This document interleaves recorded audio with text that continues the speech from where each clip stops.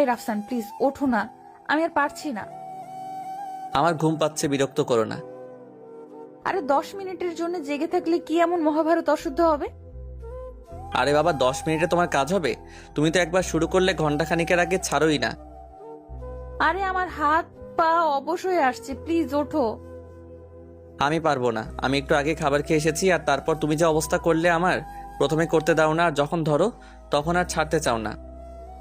আরে বাবা just 10 minute লাগবে প্লিজ, আমার হাত পা কাঁপছে, আমি একা কিভাবে করব? একা করবে মানে? আমি বেঁচে থাকতে তুমি একা একা নিজে করতে যাবে কেন? তাহলে তোমাকে নিয়ে যাবো নাকি করতে? তুমি কিসের কথা বলছো আমি বুঝতেছি না। আরে বাবা ওয়াশরুমে যাব, আমার ভয় করছে তাই তোমাকে উঠতে বলছি। ও এই ব্যাপার, আগে বললেই তো হতো। আমি তো ভেবেছিলাম তোমার দুষ্ট চিন্তা ভাবনা মাথায় ঘুরছে। কত পারো তুমি? একবার টাওয়ার ডাউন হলে আর টাওয়ারের সিগন্যাল পায় না। এত বড় অপমান আজকে ফার্স্ট টাইম, তাই একটু নার্ভাস হয়ে গিয়েছিলাম। তোমার ফার্স্ট টাইম, আর আমি তো ছোটবেলা থেকে এগুলোই করি। আরে আমি ওইভাবে বলেছি নাকি? রাগ করো কেন? রাগ করবো না, এমনিতেই ভূতে ভয় পাই, তার উপর এরকম বাইরের দেশে হোটেলে একা একা টয়লেটে যেতে ভয় লাগে না বুঝি? হুম, ভয় তো তোমার একাই লাগে। তোমার মতো একটা চুন্নির সাথে শুয়ে আছি, আমার আর কিসের ভয়? তোমাকে বিয়ে করাটাই ভুল। আমারও বয়ে গেছে তোমাকে বিয়ে করতে। এখন এখানে আমার সাথে ঝগড়া না করে আমাকে হেল্প করো। কিছুদিন আগে ভার্সিটির একটা ক্যাম্পাসে আমাদের গল্পের হিরো বসে আছে তার বন্ধুদের নিয়ে। এই নোবরা, তুই ওখানে গিটার নিয়ে বসে কি করছিস? সারা রাত গিটার বাজিয়ে এখন দিনের বেলাতেও গিটারটাকে একটু শান্তি দিবি না? আমি রাতে গিটার বাজাই তাই না? আর তুই তো মেয়েদের ফেক আইডি খুলে ছেলেদের সাথে কথা বলিস। হুম, তুই বেশি জানিস। কে বলেছে তোকে? ওই দিন আমার আরেক আইডিতে রিকোয়েস্ট দিয়েছিলি তুই, আর তোর টাইপিং আমি চিনি, আর শেষমেশ তুই এসব শুরু করলি। আসতে বল শালা, মেয়েরা তাকিয়ে আছে, শুনলে আর প্রেম করা হবে না। তোর সাথে প্রেম করতে বসে আছে ওরা, তুই ছেলেদের সাথে প্রেম কর যা। রাফসানা আর পিয়াস তর্কাতর্কি করছে, এইদিকে ওদের দিকে একটা মেয়ে সালোয়ার কামিজে হালকা পায়ে হেঁটে আসছে।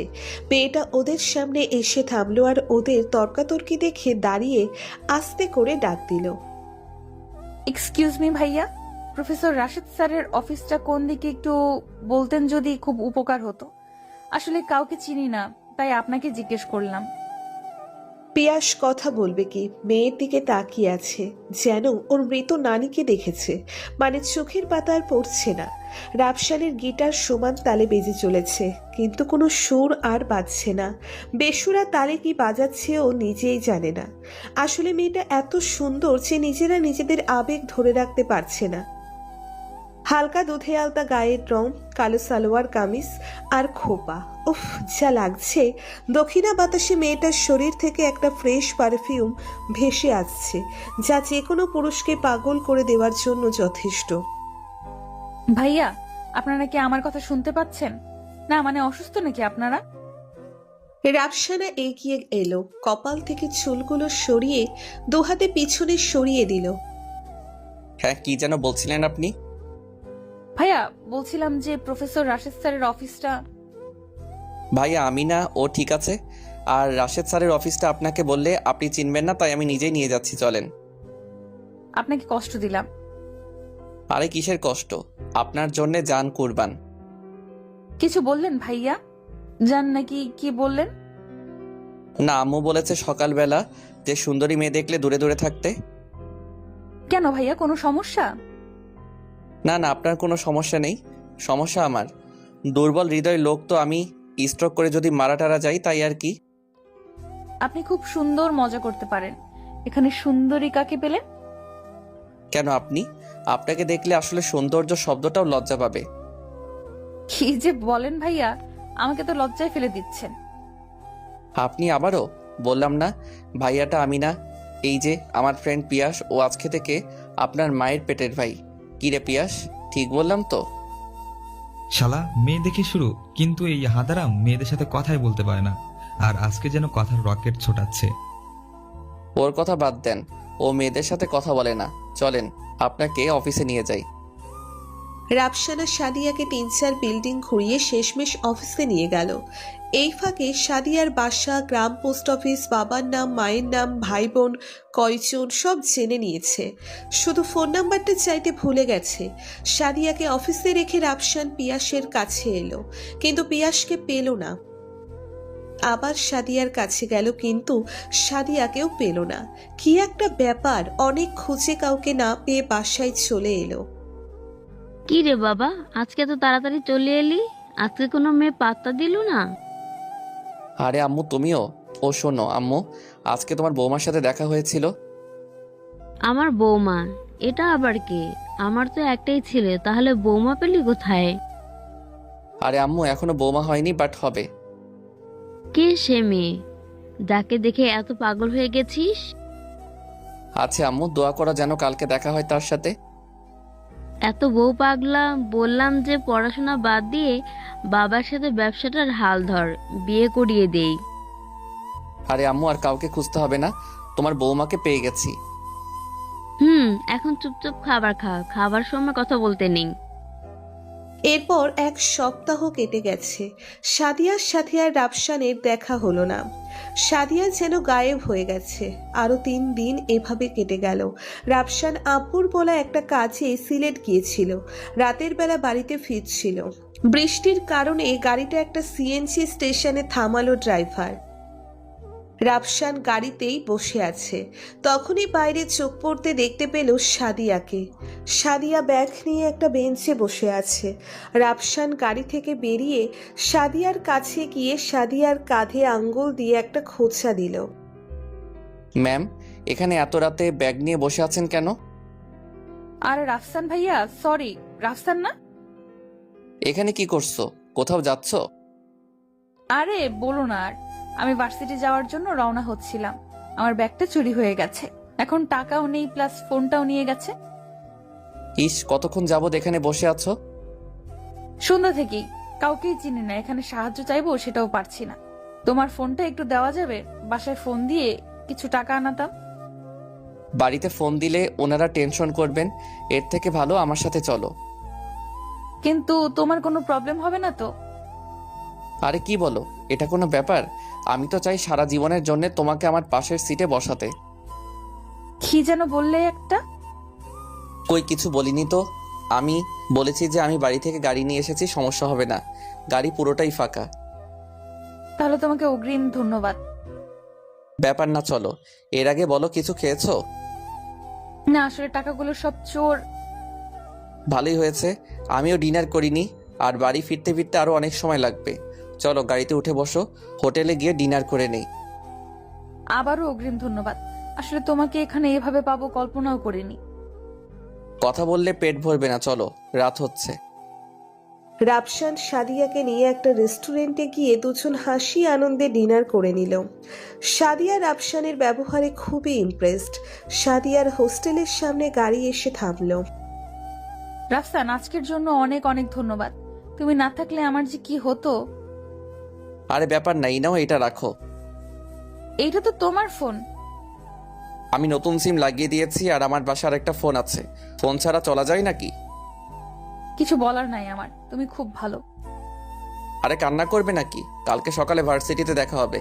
এখন আসি, আম্মু টেনশন করছে হয়তো। আচ্ছা, সাবধানে যেও। ফোনে আমার নাম্বার সেভ করা আছে, প্রয়োজনে কল দিও। আচ্ছা, তুমি সাবধানে যেও, আর পৌঁছে আমাকে কল দিও। রাফসান নাচতে নাচতে বাড়িতে চলে এলো। কিরে, তুই এত খুশি কেন আজকে? আজকে তোমার বৌমার সাথে দেখা হয়েছিল, কি একটা অবস্থা। ভাগ্যিস আমি ছিলাম। কেন, কি হয়েছে? রাফসান আম্মুকে সবটা খুলে বলল, আর আম্মু শুনতে লাগলো। ইস, মেয়েটা একা একা কি একটা অবস্থা, আমাদের বাড়িতে নিয়ে আসলেই তো পারতি। আরে আমি আনতে চাইনি, মনে হয় ও খুবই চাপা স্বভাবের। অনেক বলে কই এই পর্যন্ত এনেছি, না হলে ওখানে বসে থাকতো। আচ্ছা, একদিন সময় করে নিয়ে আসিস। এখন যা, ঘুমা, অনেক ক্লান্ত হয়ে গেছিস। চেহারাটা কি হয়ে গেছে? রাফসান সকালবেলা ঘুম থেকে উঠে সেজে গুজে ভার্সিটিতে হাজির। অনেকক্ষণ অপেক্ষা করার পর সাদিয়ার দেখা মিলল। সাদিয়া সোজা রাফসানের দিকেই এগিয়ে গেল। সাদিয়া সোজা রাফসানের দিকেই এগিয়ে এলো। নীল সালোয়ার কামিজে দারুণ লাগছে সাদিয়াকে। হিরো, আজকে তো খুব হ্যান্ডসাম লাগছে। সবসময় এভাবে পরিপাটি হয়ে থাকলেই পারো। কেউ তো নেই যে এইভাবে তোমার মতো হ্যান্ডসাম বলবে। কেন, গার্লফ্রেন্ড নেই তোমার? না, আমি পিওর সিঙ্গেল। পুরো ক্যাম্পাসে আমার মতো আমি এক পিসি আছি। থাক, আর কান্না করতে হবে না। ক্লাস শুরু হতে আরো দেরি আছে। চলো কফি খেয়ে আসি। যাবো, বাট বিল আমি দিব। না, একদম না। অনেক করেছো কালকে, আর সামান্য একটা কফি খাওয়াতে না পারলে কেমন দেখা যায় বলো? তবে আজকেই লাস্ট, এরপর থেকে সারা জীবন আমিই দিব। আচ্ছা, বাট সারা জীবন মানে? কথার কথা। আচ্ছা সাদিয়া, তোমাকে আজকে কিন্তু খুবই দারুণ লাগছে। তোমার বয়ফ্রেন্ড খুব লাকি, এমন একটা গার্লফ্রেন্ড পেয়েছে। থ্যাঙ্কস, বাট সরি, আমিও তোমার মতো পিওর সিঙ্গেল। এটা শোনার জন্যই তো কথাটা এভাবে বললাম। কিছু বললে রাফসান? না, বললাম যে কফিটা তোমার মতোই দারুণ। এইভাবে বলো না, প্রেমে পড়ে যাব। পড়তে পারো, তোমার মতো যদি কেউ হয় তাহলে খারাপ হবে না। সাদিয়া রাফসানের দিকে তাকিয়ে আছে আর রাফসান সাদিয়ার দিকে। দুইজন চুপচাপ। রাফসান সাদিয়ার চোখের দিকে তাকিয়ে আছে আর সাদিয়া রাফসানের চোখের যেন মায়ায় পড়ে যাচ্ছে। আচ্ছা রাফসান, আজকের মতো উঠি, ক্লাসে যাই, চলো। রাফসান সাদিয়াকেও ডিপার্টমেন্টে ছেড়ে দিয়ে আসলো আর রাফসানের ডিপার্টমেন্টে ক্লাস করতে লাগলো। ক্লাস শেষে রাফসানের সাথে সাদিয়ার দেখা হলো না। সাদিয়া মেসেজ দিয়ে বলল যে ওর একটা দরকার আছে, সেজন্য চলে যাচ্ছে। এভাবে 1 মাস কেটে গেল। রাফসান সাদিয়ার কাছে যেতে চাইলেও সাদিয়া কৌশলে রাফসানকে অ্যাভয়েড করে, যেন সাদিয়া চায় না রাফসান ওর সাথে মিশুক। আজকে সাদিয়া হোস্টেলে ঢুকতে যাবে, তখনই গেটে রাফসানকে দাঁড়িয়ে থাকতে দেখলো। আরে হিরো যে, এইখানে এ সময় কোনো দরকার ছিল? তোমার সাথে কথা আছে, আধা ঘন্টা সময় হবে। আচ্ছা বলো, কি বলবে?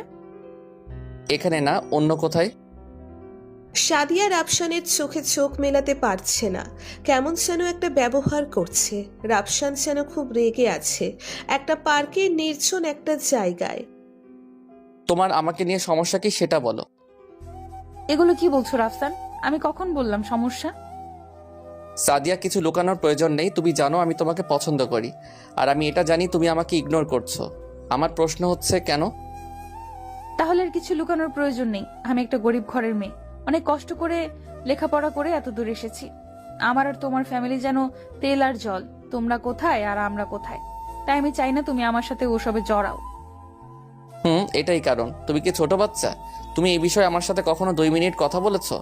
আমি তোমাকে প্রথম দেখে আমার আম্মুকে বলেছি, আর আজকেও বলে এসেছি। আমার আম্মু জানে আমি তোমাকে পছন্দ করি, আর আমার ফ্যামিলি অমন না যে টাকা পয়সার বাড়ি গাড়ি দেখে মানুষকে বিচার করে। আমরা মানুষের চরিত্র, ব্যবহার আর মন দেখে মানুষকে মূল্যায়ন করি। কিন্তু তবুও রাফসান, আমি আজকেই তোমাকে বিয়ে করব। তোমার আব্বু আম্মুকে ফোনে সবটা বলেছি, ওনারা আসছেন ঢাকা, আর আমার আব্বুকেও আমি বিদেশ থেকে আনিয়েছি। আজকে যা হবার হবে। তুমি শুধু এটা বলো, আমাকে তোমার হাজবেন্ড হিসেবে কেমন লাগবে? আমাকে পছন্দ করো কিনা? সাদিয়া কোনো কথা বলতে পারছে না, কান্না করছে আর মাথা নাড়াচ্ছে। রাফসান এগিয়ে গিয়ে সাদিয়াকে জড়িয়ে ধরলো। আরে পাগলি, কান্না করো কেন? তুমি সামান্য বিষয়ের উপর এতটা কষ্টে আমাকে কিভাবে দিলে বলো তো? আমিও তোমাকে অনেক লাইক করি, বাট সবকিছু চিন্তা ভাবনা করে মনে হলো আমি তোমার যোগ্য না। প্লিজ আমাকে দোষ দিও না। তোমাকে দোষ দিব কেন? আজকে তাহলে বিয়েটা হচ্ছে ম্যাম। আমার আব্বু আম্মু আমাকে বকবে প্রচুর। আমি আছি না, দেখি তোমাকে কে কি বলে। ওই দিনই সন্ধ্যাবেলা ওদের বিয়েটা সবার ইচ্ছেতে সম্পূর্ণ হলো। বর্তমানে ওয়াশরুম থেকে বের হতেই সাদিয়াকে জড়িয়ে ধরলো সাব্বির।